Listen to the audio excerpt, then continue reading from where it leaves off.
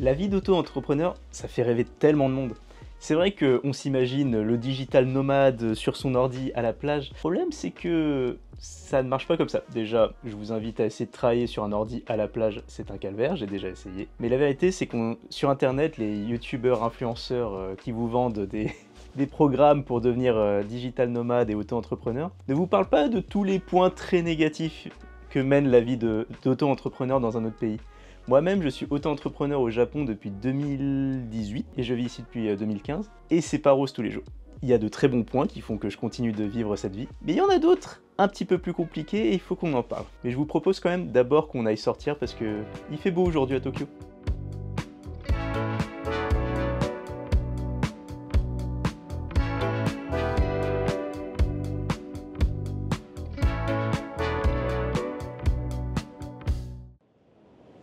Pour ceux qui ne me connaissent pas, je suis arrivé au Japon il y a 9 ans. Bien sûr, je ne suis pas devenu auto-entrepreneur dès le départ.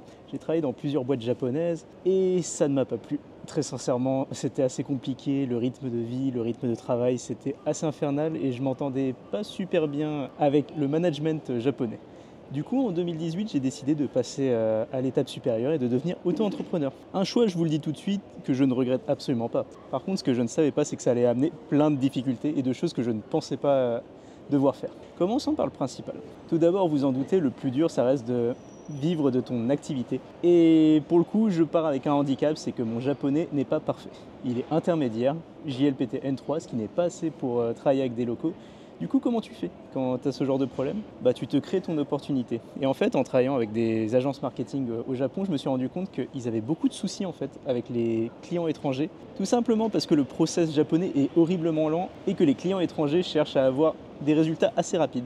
C'est là que j'ai décidé de créer un site web et d'apprendre un max de trucs sur internet. YouTube a été ma meilleure école. J'ai appris à faire un site web pour mon agence, j'ai appris à designer sur Photoshop, Premiere Pro et autres. J'ai parfait mon expérience dans le marketing en faisant moi-même des petits sites web à gauche à droite pour vendre de la merde. Expérience intéressante, je vous en parlerai peut-être une autre fois. Et j'ai créé une tonne d'articles sur le marketing au Japon, ce qui m'a apporté mes premiers clients. Et bien sûr, j'ai gratté aussi un ancien employeur auquel j'ai proposé tout simplement de continuer à travailler pour lui, pour moins cher, de manière autonome. C'est d'ailleurs comme ça que j'ai réussi à avoir mon visa. Principal souci quand vous voulez être auto-entrepreneur au Japon. Parce que oui, vous en doutez, la première question que vous allez vous poser, c'est comment je peux avoir un visa? Dans pas mal de pays, la situation est différente. Je sais qu'en Thaïlande, tu peux avoir un visa nomade digital. Au Japon, non. Quoi qu'on l'a vu sur une autre vidéo YouTube, il y a un espèce de visa de 6 mois, mais c'est bullshit. Je vous le dis tout de suite, c'est complètement bullshit. Du coup, non, moi j'ai un visa d'ingénieur freelance, Kojin Jigyo, c'est-à-dire un auto-entrepreneuriat. Et pour ça, il faut au moins avoir un client sur place qui te sponsorise. Déjà, c'était une première galère parce que du coup,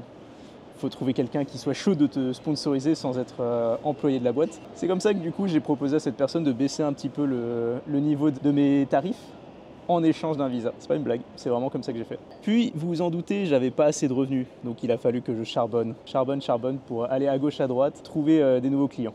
Là, Google Ads et les articles précédents sont mes meilleurs amis. Mais bon, vous allez me dire, tout s'est bien passé, donc la vie est incroyable et super rêvée.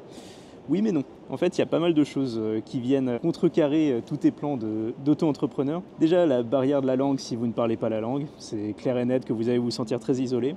La deuxième, c'est de justement travailler à la maison, ce qui est mon cas. Je travaille un temps incroyable à la maison, ce qui fait que j'ai moins le temps de sortir et de voir des amis. Ça, c'est quelque chose que je vois très rarement mentionné sur les vidéos sur l'auto-entrepreneuriat à l'international, c'est que vous allez vous sentir très isolé. Et croyez-moi, j'ai perdu pas mal d'amis en travaillant de mon côté parce que t'as pas le temps. Si vous croyez que l'auto-entrepreneuriat va vous en retirer le 35 heures, dites-vous qu'il y a de fortes chances en fait que vous allez travailler davantage. Parce que moi, par exemple, mes semaines sont en moyenne entre 60 et 70 heures par semaine. Et je suis un peu fatigué, je vais pas vous mentir, mais c'est un peu excitant quand même parce que je travaille à la maison et je dépends de personne. Et si un jour je veux me lever plus tard, je me lève plus tard et je dois poursuivre la nuit. Mais il faut le savoir, c'est déjà un point assez important.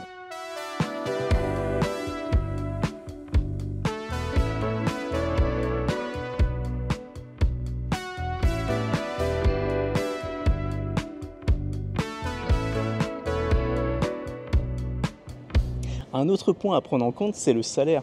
Parce que je sais bien que vous avez vu plein d'auto-entrepreneurs avec des Lamborghini, des Testarossa, d'autres joyeusetés de voitures. Moi j'ai un vélo. Genre je t'arrête tout de suite, j'ai un vélo d'occasion qu'on m'a refourgué. La vérité c'est qu'une majorité des boîtes, après 1 ou 2 années, finissent à la rue. C'est très très dur de faire sa place dans le monde de l'auto-entrepreneuriat et même de créer sa boîte avec des employés. C'est d'une difficulté ignoble, vous n'avez pas idée. Et en plus, si vous avez réussi à garder votre entreprise à flot pendant plus de 5 ans, comme moi, ça ne veut pas pour autant dire que vous avez un salaire de ouf, hein. Moi, mon salaire est grosso merdo à 2500 € net par mois et c'est seulement que depuis 2-3 mois. Parce que vous vous en doutez, avec la crise du Covid, ça a été un peu l'enfer, j'ai perdu la moitié de mes clients. Et ça, c'est un autre problème, c'est que vos revenus, ils sont aléatoires au possible. Genre vraiment, ça peut être très difficile d'avoir un revenu de base conséquent qui vous permettent de vivre correctement. Surtout moi, par exemple, je vis au Japon et j'ai dû beaucoup réduire mes coûts à un moment dans ma vie pour essayer de m'en sortir. J'ai bouffé des onigiri thon mayonnaise tous les jours comme repas complet, hein. C'est pas une blague. Au moment, j'avais perdu 10-15 kilos, c'était un truc de fou. Donc c'est quand même très loin de ce qu'on s'imagine avec les plages aux Bahamas et autres. Ça existe, hein, ça arrive, mais c'est clairement pas une généralité. Donc il faut faire vraiment très attention à ça. Et un point négatif final qu'il ne faut pas oublier de prendre en compte, c'est la distance. Et là, c'est valable absolument pour tous les pays. Sachez que si vous partez à l'étranger, forcément, vous serez très loin de vos proches. Croyez-moi qu'après 9 ans, j'ai raté énormément de choses. J'ai perdu quelques amitiés. J'ai heureusement pas pris de distance avec ma mère, on s'appelle tous les soirs. Mais c'est difficile quand vos potes évoluent, commencent à se marier, avoir des enfants, et vous n'êtes pas dans les parages, vous n'êtes plus dans les mariages ou autres, parce que vous êtes de l'autre côté de la planète. C'est quelque chose que tout le monde a l'air de prendre à la légère, surtout quand j'en parle sur Twitch et que les gens ont l'air de dire « oui, moi je m'en fous ». Croyez-moi qu'on a tous cette impression, mais ça peut vous marquer de voir les gens vivre leur vie de leur côté. On va bouger, il commence à y avoir quand même pas mal de monde par ici. On va aller dans un coin plus calme.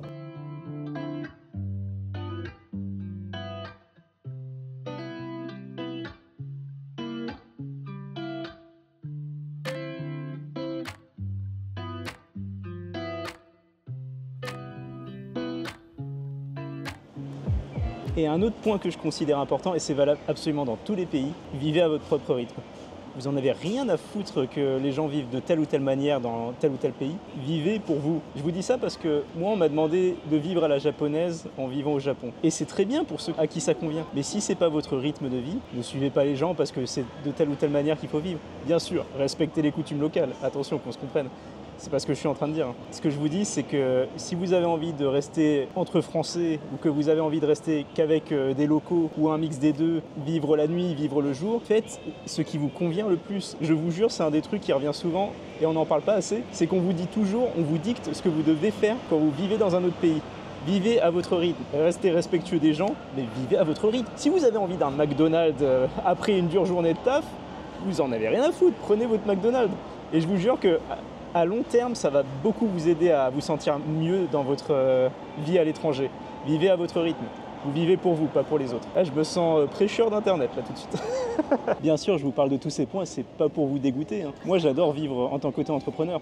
Par contre, je pensais pas que c'était aussi dur que ça. Et je trouve qu'on vous vend beaucoup de rêves sur internet. Et c'est important de vivre ses rêves, clairement. Bravo! Wow. Mais il faut arriver préparé. Et c'est pour ça que cette vidéo existe. C'est pour vous parler de ma petite expérience, vous dire que c'est possible. Qu'on se comprenne, hein, cette vidéo n'est pas là pour dénigrer tout ce que c'est d'être auto-entrepreneur. C'est une carrière géniale. Il y a quand même des avantages de ouf qui contrebalancent, à mon avis pour moi, les défauts qu'on peut subir en tant qu'auto-entrepreneur, notamment au Japon. Qu'on se comprenne, je kiffe ma vie d'auto-entrepreneur. Elle est loin d'être parfaite, mais elle est bien pour moi. Et je suis clairement pas là pour vous dire de ne pas faire ci ou ça. Je suis en train de vous dire les contraintes que j'ai eues en vivant cette vie. Mais je l'accepte parce qu'à côté, j'ai des points incroyables qui contrebalancent tout pour moi. La première, c'est que je ne suis dépendant d'aucune personne. Donc je n'ai pas cette peur de perdre mon emploi vu que j'ai plusieurs emplois techniquement parlant. Deuxièmement, je vis à mon rythme de vie, c'est-à-dire que j'ai une tendance à mieux travailler la nuit. Et je suis pas sûr qu'un employeur serait très chaud que je travaille de 20h à 3-4h du mat. Je suis pas sûr. Bien sûr, un autre point, c'est les revenus. C'est sûr que là, en ce moment, c'est pas l'incroyable fête, mais avec plus de revenus, tu peux voyager. Et quand tu voyages, t'as pas besoin de demander à poser des vacances à ton employeur. Et ça, c'est incroyable. Moi, je rentre en France de temps à autre et je dis rien à personne. Je vais juste avec mon ordinateur et je me fais kiffer. Au final, je pense que être auto-entrepreneur dans un autre pays, ça peut vraiment vous ouvrir l'esprit, c'est incroyable. C'est une aventure, c'est pas facile, c'est pas fait pour tout le monde, c'est peut-être fait pour vous, ça l'est peut-être pas. Faut pas vous en vouloir si ce n'est pas fait pour vous. En tout cas, moi, je vis ça depuis 5 ans, je kiffe. Et je vous invite à vous abonner pour plus de contenu sur cette chaîne, Matakondo.